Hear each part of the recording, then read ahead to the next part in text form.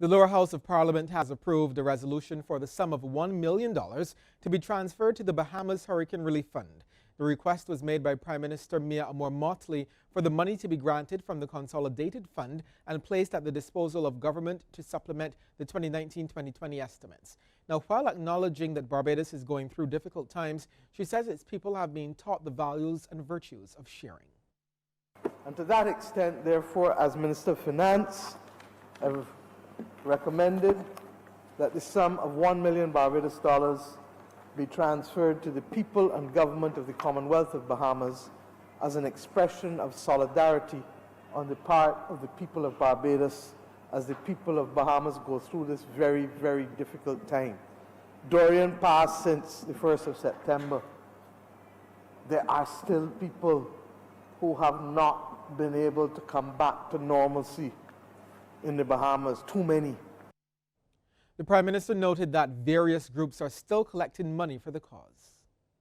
The people of this country, in fact, I saw as recent as a week ago, school children still collecting money and giving checks. And I was very proud because it is that sense of commitment to our brothers and our sisters that we want to foster in this nation, be they our brothers and sisters within this country, our brothers and sisters regionally or internationally.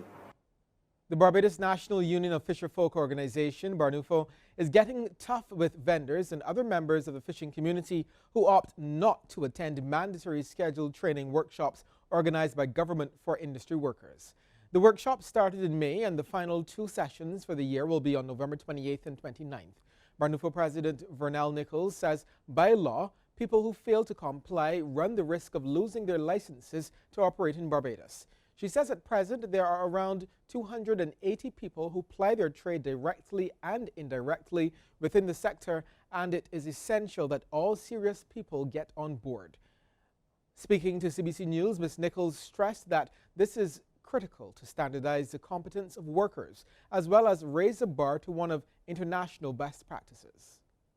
The license is being attached to the training certificate that's being offered, and that if you do not have that certificate to produce in 2020 January, if you don't have that certificate to produce to show that you have undergone training, that you have the skills, you have the competence to participate in good operating practices, that is required by law.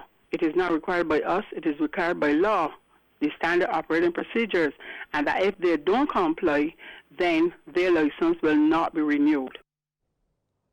Ms. Nichols says this is a process which has the strong backing of the ministry, which wants to see the fishing industry grow. She says the training requirement is not only for fish vendors, but also fishermen and boat operators. We want also to have our boat owners and boat agents understanding that they too are a part of the industry and that in some cases do not have direct contact with the fish.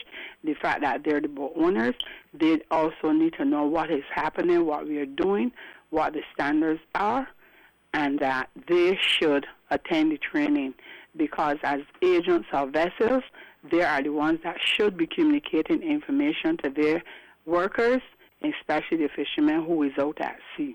But we see that a lot of boat owners is gravitating towards the training because in some cases I believe that they think that the training is not necessarily for them. Spartan are the BCA Elite Champions. That story next with Sean Green in Sport.